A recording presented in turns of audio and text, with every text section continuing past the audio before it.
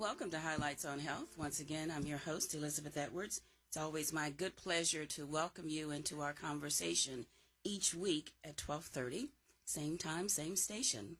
Today is no different, and so I invite you to listen closely. Got some really good information to share with you. As you know, Highlights on Health is brought to you every week by the Samuel U. Rodgers Health Center, located at 825 Euclid, been there since 1967, providing quality and comprehensive health care to your families across the greater Kansas City area. We invite you to give them a call at 816-474-4920. If you have any questions about appointments, they have a comprehensive health care system as well as their dental and their psychiatric programs are also available to you. Give them a call. Again, that number is 816-474-4920. Would like to welcome my guest today, Mark Mattison, to the room today to talk about literacy. In fact, his company is called, or his organization is called, Reach Out and Read Kansas City. Is that correct? That's correct. Thanks so much for being with us. Thank you. Reach Out and Read is exactly, what do you do? Reach Out and Read is a medically based early literacy program. Our mission is to give young children a foundation for success by incorporating books into pediatric care and encouraging families to read aloud together. Excellent, excellent. Many of you may not know, but today is National or International Literacy Day. And so the month of September, we've really dedicated this program to talking about reading readiness and how we can help our children to succeed in the classroom as well as in the community. So, Mark, we're glad that you're here to talk about how we can better equip our children for early learning. Thank you. It's a pleasure to be here.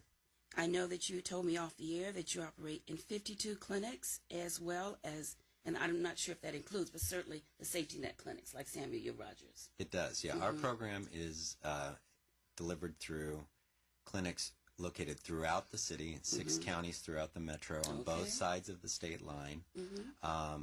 We were formed locally as a partnership between KU Medical Center, Pediatrics Department, and Children's Mercy Hospitals. One of the first collaborations between those institutions. We're in all of their clinics on both sides of the state line. And then additionally, the safety net clinics who provide low or free health care to families in need. Absolutely, absolutely. So you have a wide net, a wide reach to reach so many families. We do. Diverse populations at that. Absolutely. So you have interpreters, language interpreters were needed in some of these clinics?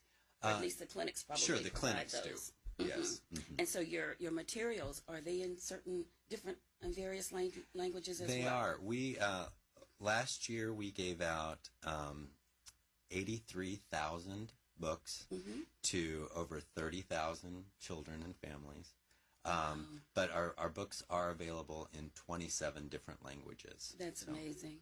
That's amazing. So that means that you are culturally relevant when it comes to that child being able to read. Well, we recognize that for a lot of the families that our clinics see, that the books that we are providing for them are oftentimes the only books at all in their home, but certainly the only children's books that are brand new and age appropriate. So we try to provide materials that with faces that look like the families that they're serving. So. That's good.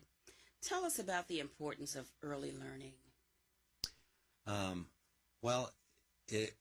Research has shown that the first 1,000 days in a child's life are among the most critically important for early learning. So it's the first 3 years of the first 1,000 days.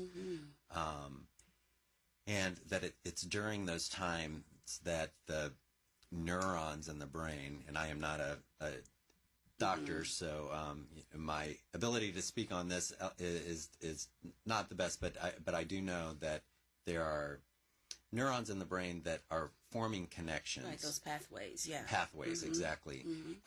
And it's during those first 1,000 days that it's really happening. So, and once those pathways are set, it's very difficult, if not impossible, to redirect them. So we want to, so parents and families and the environment that a young child is in are really critical to forming those pathways in the correct way. So our program is, the book is really just a tool, but as important or more important than the book that we provide is the message and the prescription that the medical providers are giving to the families about the importance of reading aloud together and talking, reading, playing, seeing that serve and return meaningful exchange that happens. We're going to pause for a commercial break, and then we'll be right back. Okay. For the commercial break, we were talking about reading readiness and why that's so important. So let's get right back into that, Mark, and because I know one of the emphasis that we're looking at is kindergarten readiness. We talked about the first 1,000 days or the first 3 years of a child's life and how important to develop those pathways, the languages that are spoken, the words that they see. All of those things are so important as they get ready for school. Yes, absolutely. Well, really, I think everyone would agree that parents are the first teachers. Yes. And so those young brains are just sponges, and they are just looking at the parents and adults and brothers and sisters who are around them and just soaking up all of that information. So it's important.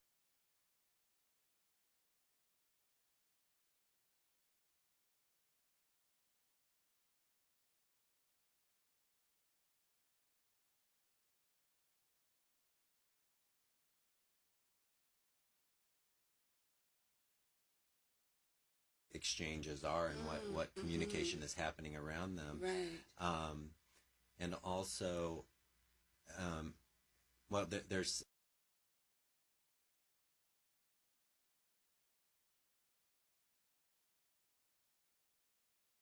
educational background are exposed to an average of 30 million more words during the first 3 years of life than children from less affluent families with less educated parents. The significance to that is that it's very, very important for children to be exposed to as many words and a variety of words as possible. And through reading aloud and sharing books, that is a way to ensure that, because books are not written necessarily, especially for young children, how you would talk and using the words that you would necessarily use in your everyday. So it's exposing young minds and young ears to different sounds, different sound patterns, the rhyming books of Dr. Seuss, and that those patterns and those different sound combinations and different words are really important for, as we were talking about earlier, making those right neurological connections and pathways and helping exposing them to as much language as possible. And the books are a wonderful tool to be able to do that. And the book becomes the child's own personal property, doesn't it? Oh, absolutely. It's their own. It's theirs. They own it. Yeah, they do. And we have another part of our programming, the brand new books that we provide and that are given out during the Well Child Checkups are books that we fundraise for and we provide, and as I said, they're brand new. But the community gets involved and is very involved in our program by conducting book drives on our behalf. We collect books and then provide to our clinics gently used books that are available for all of the children in the clinic, siblings, or if a child's there because they're sick, not because of a well child visit, but any time that a young person goes to the doctor, they can have books to enjoy in the waiting room, but also to take home with them. And so that's one way that we really depend on and take advantage of community support is providing those books. For and I understand that you also use volunteers in some of these settings to read to children. We couldn't do our work without volunteers. We have just three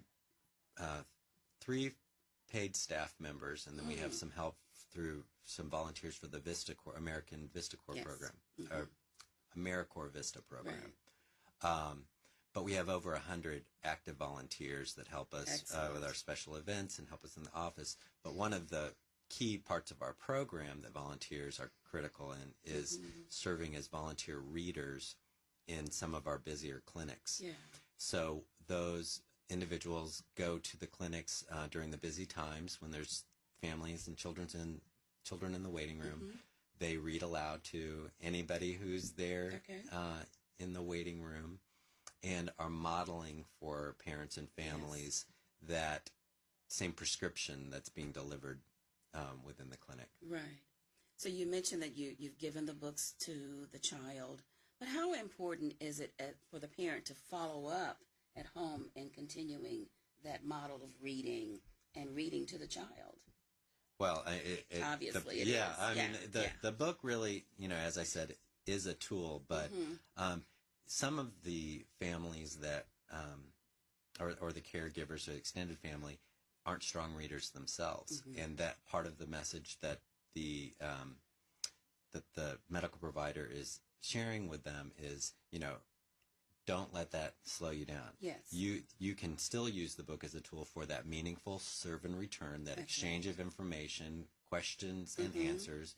You can talk about the expressions on their faces. Are they happy? Are they sad? You can count the number of balloons on the page. What color is that? What do you think is going to happen next? And that is as an important part of reading aloud and sharing books together as the actual words on the page. Right. So the words on the page certainly are good, but as you said, you can use that to model so many other things. Absolutely. Yes. Absolutely. Early math skills. And extend that outside of the reading time, and those kinds of exchanges can happen at the grocery store. Absolutely. In the car or any time. So you're modeling a larger behavior. Very much. One of the things I was telling my listeners a couple of weeks ago was the grocery store is a wonderful avenue to do early childhood learning, showing a child what's on the side of a can or the side of a box, and talking about measuring early math skills, just little simple things like that. Absolutely. How do we measure ingredients, and just talk about that. Maybe put our cell phones down a minute and really begin to converse with that child. Yeah, even as wonderful as so many of the apps are for the phones and the iPads, there really is there's no replacement for that meaningful back and forth exchange. Even if they appear to be interactive, it's not the same thing as a smile and a nod and a hug and those nonverbal forms of communication and reassurance that go on. Exactly. So the parent just interacting with the child wherever they are, on whatever level, is just so very important to that child being able to learn. Absolutely. In an early setting. Yeah. So what kinds of success stories have you had or have you noticed since you've been with the organization? Well, one of the challenges that our program has is it's very easy for us to measure output. We can tell you how many books that we've given out and how many children, but it's difficult for Reach Out and Read to tell you about the outcomes of our program because so many other things are happening in families' lives. We do know from peer-reviewed national research that children who participate in the Reach Out and Read program, they enter kindergarten 3 to 6 months ahead of their Reach Out and Read, non-Reach Out and Read peers. That's an important thing. And other than that, we hear wonderful stories and anecdotes back from our doctors and nurses and the staff at the clinics who are really the front lines interacting with the families, ranging from, and the most common is just how having the books there changes the experience in a positive way for the children. So that they walk in looking for their book. Oh, I see. They want to know when do they get their book and where is it, and so instead of the doctor's office being a scary experience, it helps from the children's perspective of this is a fun place and I get something when I get there. So that's a positive, fun story to share about our program. Right. But another story that comes to mind is from one of our providers shared that one of her favorite Reach Out and Read stories was a 6-month visit with a 6-month child. By that time, they've typically, if they're following the regular schedule of checkups, they've had a newborn visit, they've had a 1-month visit, they've had a 2-month visit, and they've had a 4-month visit. So now we're talking about the 6th visit for Well Child Checkup, also the 5th time that they're receiving a book from Reach Out and Read, and the prescription and message from the provider. So this doctor shared that 6-month visit, and she reached for a book.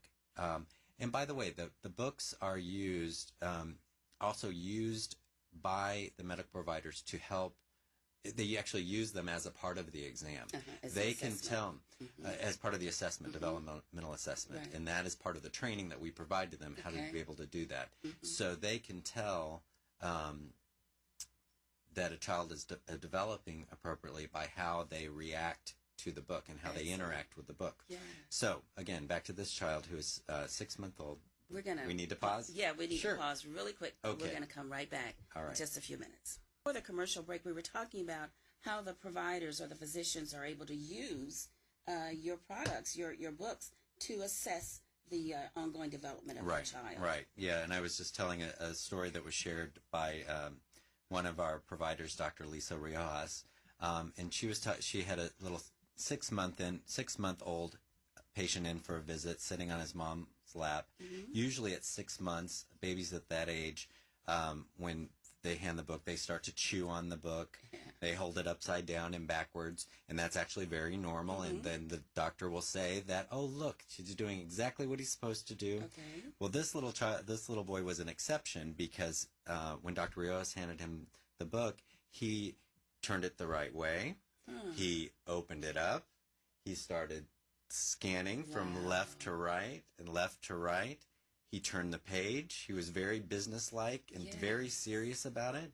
And it wasn't until his mom interacted and made a comment about something in the book that he just burst into a great big smile. So what Dr. Rios could tell from that is that it was so clear that mother had been following the prescription to read aloud.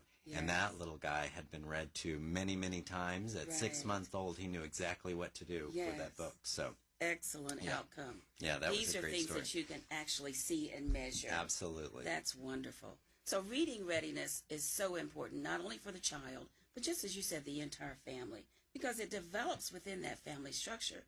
Maybe something that they had not had before as far as reading and that back and forth interaction. But it also develops an intimacy with the child, between the child and the parent. It absolutely does. And that's so important when it comes to, I think, a child accepting that reading is fun.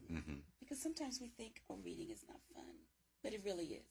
It opens a whole new world to us, doesn't it? It sure does. Yeah. You were telling me before you joined the organization, you were with the UMKC?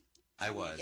I was the advancement director for UMKC Libraries. Yeah. So. And that's a huge system. Yeah. But when we think about the importance of libraries, the local libraries in our local communities, that's another area. A great resource for families of all ages. So, and there's a lot of reading programs and story times that are involved at the public libraries. Right. I know we've got just a couple of minutes, and I just wanted to mention that we rely on the community for all of our financial support. So we really can use and look to the community for help. We have a fundraising campaign going on right now, reachoutandreadkc.org. You can go online.